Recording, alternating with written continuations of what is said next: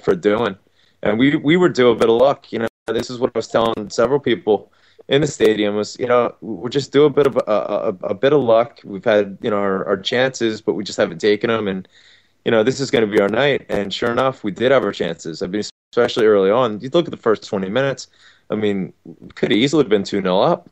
And we never took our chances. And it's, it's something we've been banging on for months. The fact that we don't have someone that, can fire the bullets, can put the ball in the back of the net.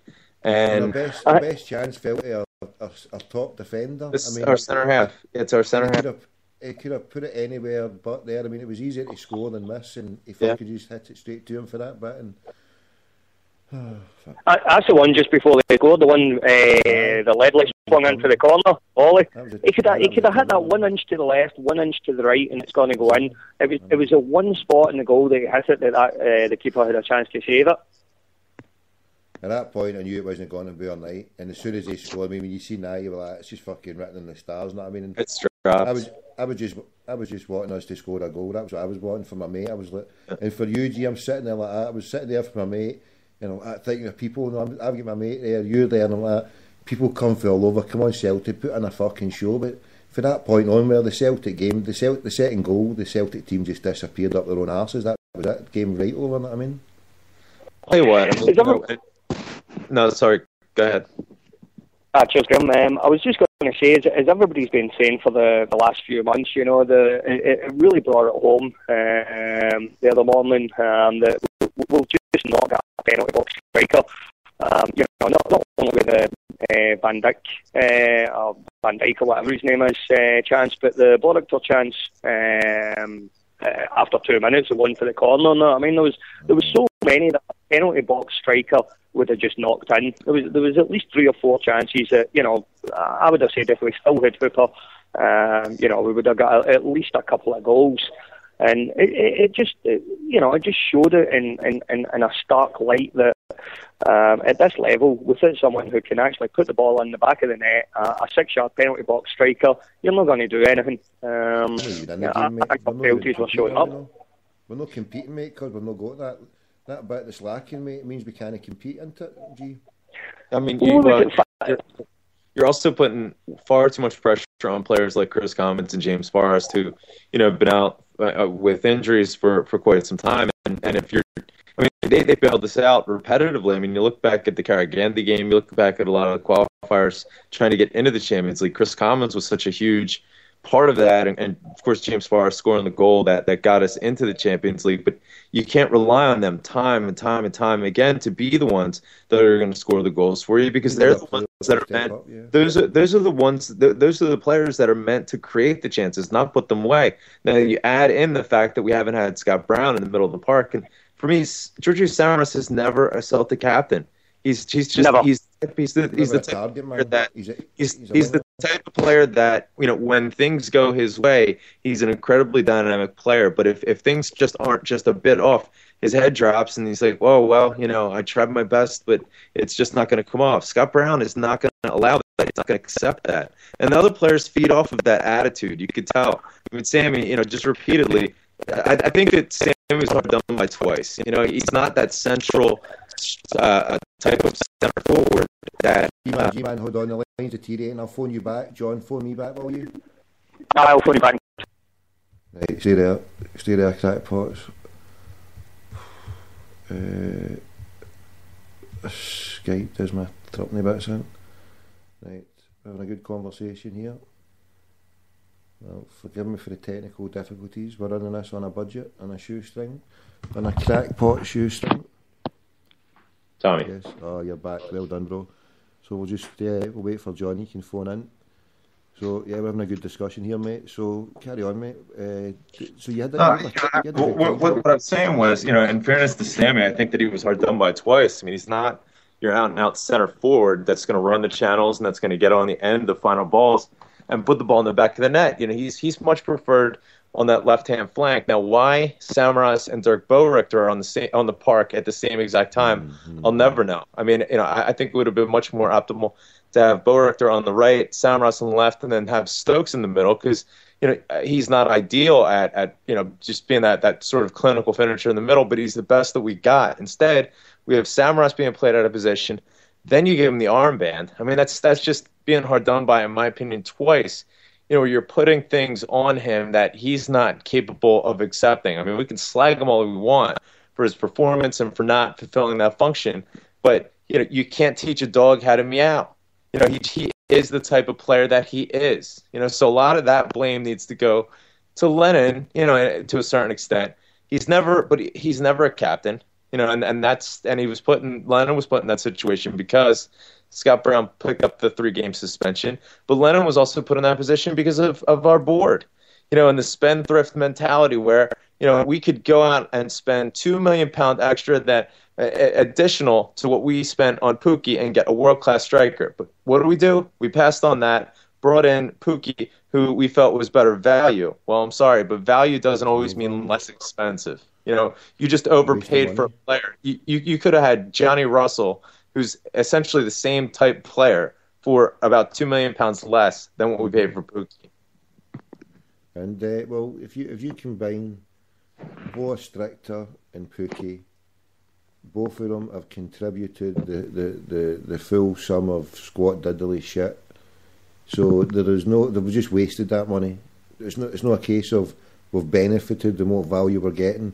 We've had no value, and unless they improve in the next 6 months, but what good is that? Because they were brought here to perform in the Champions League and have not done it. So we don't need them for the Premiership, as they call it now, because like you say, we've got enough players, and we should have enough fucking youth players who should win that league.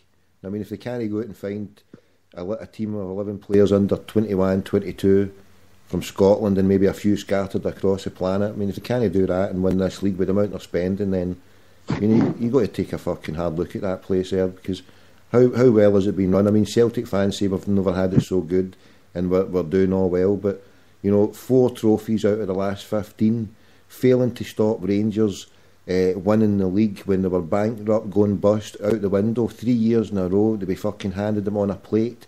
Never mind singing 10 in a row, here we go. We should be going for fucking 10, 11, 12 in a row now. If we'd won those 3 leagues, you combine it all together. I mean, okay, the ones where they cheated is odd. I mean, you take it right back, it should be fucking 14 in a row. But technically, just go for those 3 leagues where we blatantly threw it away, handed it on a plate. We should be doing 10 in a row this year, no fucking another 5, 6 years. But hey, forgive me for being picky. It's just me speaking my mind against the PLC. If it was a PLC who cared and were on the game and could do a decent fucking job, we would be doing 10 in a row now. But hey, I'm just a paranoid Celtic fan. Sorry, G. Tommy, Peter Lowell sitting in his corporate box on Tuesday night, listening to the crowd sing over and over again, "Here we go 10 in a row," thinking, these cunts, I mean, we're getting gubbed tonight, and these cunts still lap it up. So why am I going to spend any money in January? Why am I going to buy a striker? Let's sell Forster. Let's let Ledley go for free. Why do we need to, re-sign him on $40,000 a week? They'll take whatever we give them. And that's the mentality that we're dealing with. That was the mentality back in August. And the example that you bring up about people talking about, oh, it's never been so good. Well, is this as good as you want it? I mean, is this it? Are we done? Because I mean, if you're not advancing, you're retracting. Are we not any more ambitious? The success that we had in the Champions League last season, is that enough? Should we not be? Let John answer that. Is that enough for you, John? What we done last year? No, it's not. No, I agree completely with what Graham's saying. Season on season, you should be looking for progress. Look, if we'd reached the last 16 this year, I would have said it was a better achievement than reaching it last year. Can I just say, just getting here, we should be happy for just getting here. But the thing is, it disappoints is we never competed. When you've seen after the first lot of games how bad it was for these other teams, you just know that if we had that focal point and that striker who could maybe do that difference, then we might have competed a bit better. It was just the lack of competition. I don't know. Well, can I just clarify? I'm not saying that the group that we were in was harder than the group that we were in last year. Because although it's a group of champions, I don't actually believe that it was. I believe last year was a tougher group, but we had a better team last year.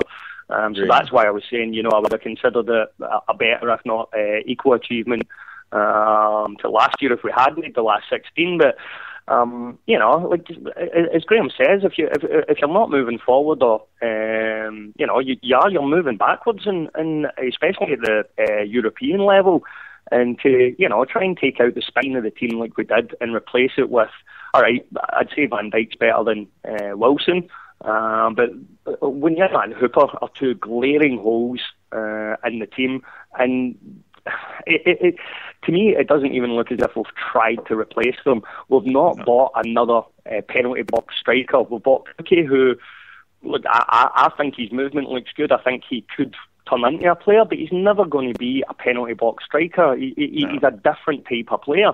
And you need to replace like with like. All right, if you're not going to get, Gary Hooper, who's going to knock in 30 to 35 goals a season, you need someone. I'm still gutted that we never went for Johnny Russell, to be honest with you. But look, moving on from that, you need to get a like-for-like replacement. You need someone who's going to do the same job. If it's not the same quality, you still need someone who's going to perform the same function. And we didn't do it. We're nowhere near doing it. Yeah, and you bring up the fact that we didn't go after Johnny Russell. I have a source very close to Jackie McNamara that says Jackie's talked up Johnny Russell. He's talked up the boy right now, Ryan Gold, to Neil Lennon, saying, right, we got a real player here. And hold on a minute, before we make this point here, let's retract that there 30 seconds. You've got a source close to Jackie Mac. Spill the beans time. What's the score here? What's going down? No. Is it Mrs. Mac? Listen. I'm not going to put my source on the stand. I'm not putting my source on the stand. I'm not. I'm just saying it. Tommy, I'll just say that when I've made statements in the past, and certain things have been presented, they've always come good, and we'll leave it at that. But what? No. It's no. But hold on, you missed my track there. Right? No, I'm just pulling you up because you're pulling out. You've got sources, and there's me and this crackpot. All right, albeit he's another end of the world recruiting fucking Fangitas for fucking haircuts or us. And he still owes me money for the last time. But fucking, how me and him no got a fucking source in about here, and you've got a fucking source. You're the part-time Philly Provo, and you're coming out here a couple of visits, and already you've got fucking sources. Listen, I'm not mad you fucking tell me names, but what's going down here? I'm a mouthpiece. Sources. I'm a mouthpiece with a laptop and a microphone, just like you. I'm a codpiece. I'm not a mouthpiece. I'm a codpiece. Is that what that smell is? What I've been told. Fucking down under. But Tom, hear me out. What I've been told is that the talent. Listen, the talent that's coming out of Dundee United for the past several years can't be denied. I mean, it's literally there. Everybody can see it, and it's been talked up to Neil Lennon. Jackie McNamara and Neil Lennon. I mean, let's not kid ourselves. They are in contact. As they have been, since their playing days. And Jackie's, said, listen, if he's going to have to leave, I'd prefer it be Celtic that he goes to. And Neil Lennon he just doesn't rate him, as a player. And that goes for Johnny Russell as well as Gold. Ryan Gold will never be a Celtic player. Full stop. I don't know what it is about Neil Lennon, if he's got a blind spot for, many of these SPL players, or if it's if it's just Dundee United players. I've heard, in several circumstances that when the name Stevie May has been thrown out there, Neil Lennon, has zero time for him. Another, interesting aspect from within Celtic Park is that it's plainly clear that Amito Balde was not Neil Lennon's signing. Teemu Pukki was who Neil Lennon wanted, from the outset. And Amito Balde was brought in from the scouting network, from John Park, from Peter Lawwell. Neil Lennon pushed for Finn Bogason, wound up with Pukki. But I think there's a far better player in Amito Balde, but there's not a coincidence as to why we're not seeing a whole lot of Balde, and we're seeing this persistence with Pukki.